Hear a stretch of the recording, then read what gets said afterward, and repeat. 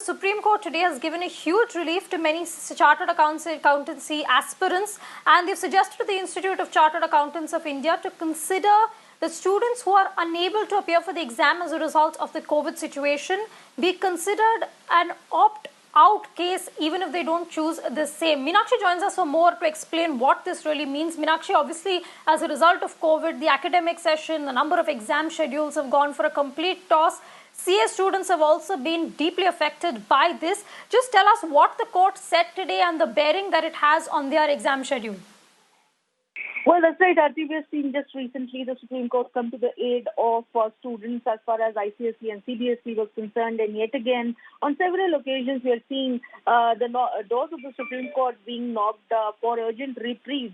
And today was the turn of CA students, and they have found themselves in Supreme Court's favor, with the court granting them relief. Essentially, what has transpired is this, that the Supreme Court has said that the situation is continuously changing.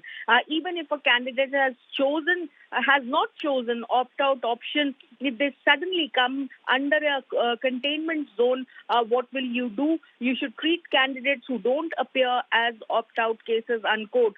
So essentially, the Supreme Court has asked the ICAI that a student who has been unable to appear for the exam will have to be considered or given the option of an opt-out case, even if they didn't choose the opt-out option themselves.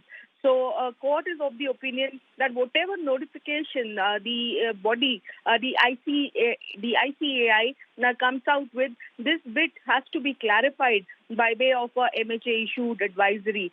So ISAFI also Aarti now, because the Supreme Court has made this very clear by way of this suggestion, is inclined to incorporate this suggestion in the deadline, which it will be perhaps going on to issue in the foreseeable future. Meenakshi, thanks so much for that. Yes, really for CA students, some clarity coming in from the Supreme Court, at least on what next for them.